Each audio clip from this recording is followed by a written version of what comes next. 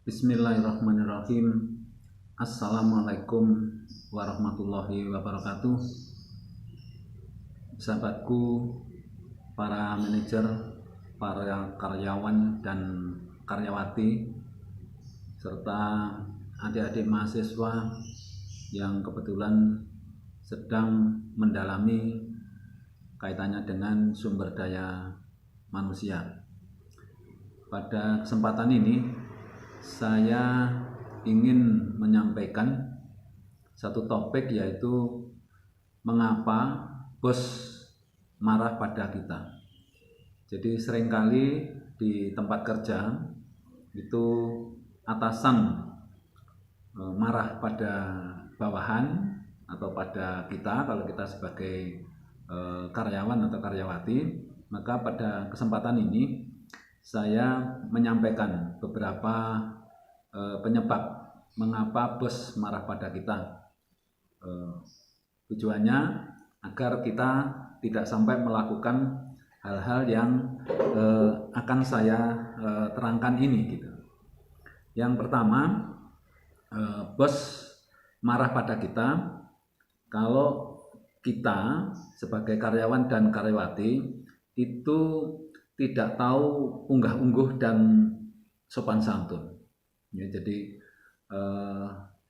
bagi atasan, ya, yang namanya unggah-ungguh, sopan santun itu sangat diperlukan, karena bagaimanapun juga yang namanya atasan itu pasti harus dihormati, harus diperhatikan tingkah laku kita jika kita sedang berhadapan dengan mereka. Jadi kalau kita ini gerusa-gerusu, ya, terus kemudian tidak tahu unggah-ungguh, tidak tahu tata cara, maka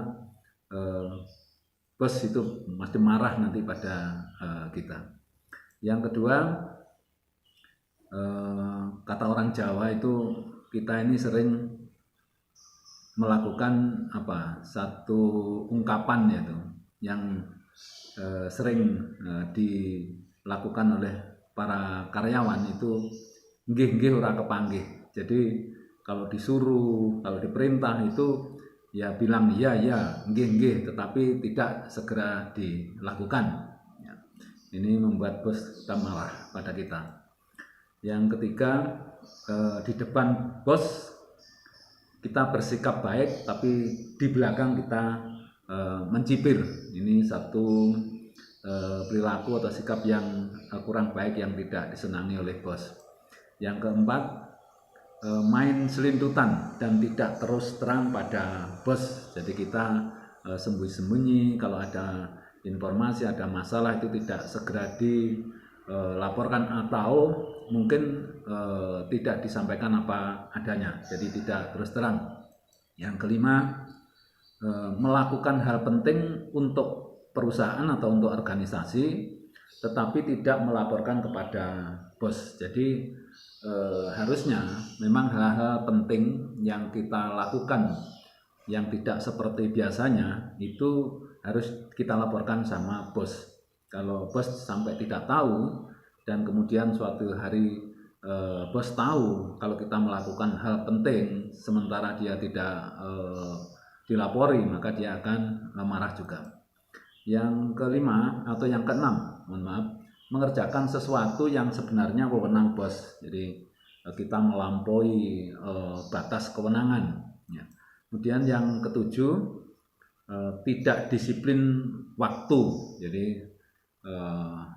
sebetulnya hal penting yang harus dilakukan oleh seorang karyawan maupun karyawati itu kalau kita disiplin waktu.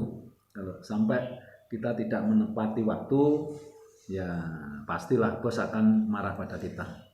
Kemudian yang kedelapan, ada kesulitan tidak segera melapor sehingga pekerjaan menjadi terbengkalai. Ya, jadi kalau ada kesulitan harusnya kita segera melapor supaya ada solusi. Ya, kalau kita tidak bisa mengatasi, kita laporkan kepada atasan kita.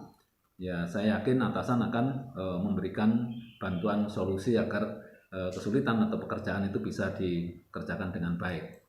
Yang ke-9, ya masih ada kaitannya dengan yang ke-8, jadi baru melapor setelah masalah sudah besar dan sulit diatasi ya. Seringkali pada saat ada masalah masih kecil kita biarkan aja, nggak lapor, kemudian kita biarkan terus membesar. Nah pada saat masalah itu sudah besar baru kita lapor lah. Hal demikian ini pasti tidak disukai oleh atasan kita. Kemudian ke-10, suka menggunakan kesempatan ketika bos tidak ada di tempatnya. Seringkali jadi kalau bos ini kebetulan pergi tidak ada di tempat, kita menggunakan kesempatan, apakah itu kerja malas-malasan atau melakukan penyimpangan. Tentu hal ini tidak disukai oleh bos. Dan yang nomor 11, berlagak keminter di depan bos. Nah ini siapa sih, atau mana ada bos senang dipinteri? Itu tidak ada. Jadi bagaimanapun juga bos harus berada di atasnya ya, karena ada ungkapan bahwa bos ini tidak pernah salah gitu. Nah kita sebagai bawahan harus tahu diri lah. Umpamanya saja kita lebih tahu, cara kita memberitahu harus menggunakan teknik-teknik supaya bos ini tidak merasa dipinteri, tidak merasa kehilangan muka dan lain sebagainya. Jadi intinya bahwa bos itu tidak senang dengan karyawan yang keminter gitu. Ya. Kemudian yang ke-12, mempermalukan bos di depan orang banyak. Nah ini satu hal yang penting juga. Seringkali kalau kita di dalam forum rapat dan lain sebagainya, pertemuan-pertemuan, usahakan kalau ada sesuatu yang perlu kita sampaikan di dalam forum itu, jangan sampai sifatnya itu mempermalukan bos di depan orang banyak. Pasti dia akan marah. Kalau memang itu penting dan dirasa tidak pantas disampaikan di dalam forum, setelah rapat baiknya kita menemui bos empat mata supaya bos tidak merasa malu di depan orang banyak. Kemudian yang ke-13, menjauh ketika bos mendapat kesulitan. Ya, seringkali kita sebagai karyawan itu agak sedikit malas kalau mendapatkan tugas banyak. Apalagi kalau bos ada kesulitan, itu seringkali kita ini menjauh. Nah, ini sesuatu yang kontradiktif sebetulnya. Jadi seharusnya kalau kita kepingin menjadi karyawan yang baik, harusnya di saat-saat bos mendapat kesulitan kita harus bersiap diri, ya, menyiapkan diri untuk membantu ya menyelesaikan kesulitan-kesulitan yang dihadapi oleh bos. Ke-14, meninggalkan pekerjaan tanpa memberitahu bos. Nah, seringkali kita juga melakukan hal-hal seperti ini, jadi pergi atau meninggalkan pekerjaan tanpa setahu bos. Nah ini tentu bos tidak suka juga. Kemudian yang ke-15, bekerja kurang hati-hati sehingga menyulitkan atasan atau menyulitkan bos. Jadi pada saat kita melakukan kegiatan, kemudian katakanlah kita bagian administrasi atau pembukuan, maka kita harus hati-hati supaya kalau ada kesalahan-kesalahan itu bisa kita antisipasi sehingga tidak terjadi kesulitan di kemudian hari pada saat ada satu pemeriksaan, katakanlah begitu ya. Jadi kita harus hati-hati supaya tidak menimbulkan masalah di belakang hari. Kemudian yang ke-16, banyak omong kosong ya, kalau orang Jawa bilang gedabrus itu. Jadi kita banyak bicara tetapi tidak ada yang direalisasikan, tidak ada yang dikerjakan. Ini juga tidak senang bos dengan orang-orang seperti ini. Kemudian yang 17, mengagung-agungkan dan memuji pimpinan sebelumnya di muka bos. Nah ini juga perhatian. Jadi pimpinan itu seringkali berganti karena dimutasi, karena pergantian dan lain sebagainya. Nah kalau di depan bos yang sekarang itu usahakan ya tidak membicarakan atau mengagung-agungkan, memuji-muji pimpinan yang dulu ya kepada bos yang sekarang ini. Ini secara etika pastilah orang tidak suka. Tapi kalau wajar-wajar sajalah yang disampaikan tidak apa-apa. Tapi kalau terlalu memuji, terlalu mengagung-agungkan ya tentu bos tidak suka ya. Kemudian yang ke-18, penuh rencana tapi tidak pernah terrealisir. Jadi ini banyak ya, rencana-rencananya banyak, usul-usulannya banyak, tetapi tidak ada yang direalisir. Tentu bos juga tidak suka pada orang-orang seperti ini. Seharusnya kita kalau ada ide, ada masukan, ya ada rencana itu harus direalisasikan, harus dikerjakan. Ya. Kemudian yang ke-19, suka mengambil keuntungan dari aktivitas kantor. Nah, ini ada ya model-model orang seperti ini. Jadi kalau ada kegiatan apapun di kantor atau di perusahaan, dia selalu berpikir untuk atau keuntungan untuk dirinya sendiri. Nah, hal seperti ini tentu tidak menyenangkan ya, bahkan tidak boleh di dalam perusahaan yang mengambil keuntungan pribadi dari kegiatan-kegiatan yang ada di perusahaan atau di kantor. Nomor 20, tidak setuju tapi pura-pura setuju dan manduk-manduk. Nah, ini seringkali kalau ada di forum rapat ya, itu kita sebetulnya tidak setuju tapi pura-pura setuju gitu. Nah, sebaiknya kalau kita ini tidak setuju disampaikan dengan cara-cara yang sopan ya, sehingga tidak melukai, tidak menyinggung perasaan dari bos kita. Ya, tetapi kita juga harus memiliki alasan yang pasti, yang kuat, sehingga argumentasi kita bisa diterima oleh bos itu. Kemudian 21, terlalu sering izin meninggalkan pekerjaan dengan berbagai alasan ya. Jadi kita sering kali izin meninggalkan pekerjaan, keperluan macam-macam lah, keperluan anaknya, keperluan ada kepentingan ke rumah sakit, besuk dan lain sebagainya. Nah, kalau bisa usahakan kita kalau tidak penting betul itu tidak izin gitu. Kemudian 22, sering janji dengan bos tapi tidak pernah ditepati ya. Ini jelas bos juga marah. Kemudian nomor 23, terkesan ingin mendongkel kedudukan bos ya. Nah, ini juga sering terjadi di tempat kerja. Ini biasanya adalah wakil-wakilnya begitu ya. Ini ada kesan menjatuhkan ya. Jadi bagaimana bos itu bisa jatuh kemudian kedudukannya ditempati. Nah, cara-cara seperti ini sebenarnya tidak baik. Jadi kalau memang kita kepingin maju, kemudian karir kita menanjak, meningkat, itu sebaiknya justru apa yang kita lakukan harus mendukung sama bos kita. Karena kalau bos kita berhasil, itu sebetulnya yang berhasil adalah para anak buahnya seperti kita ini.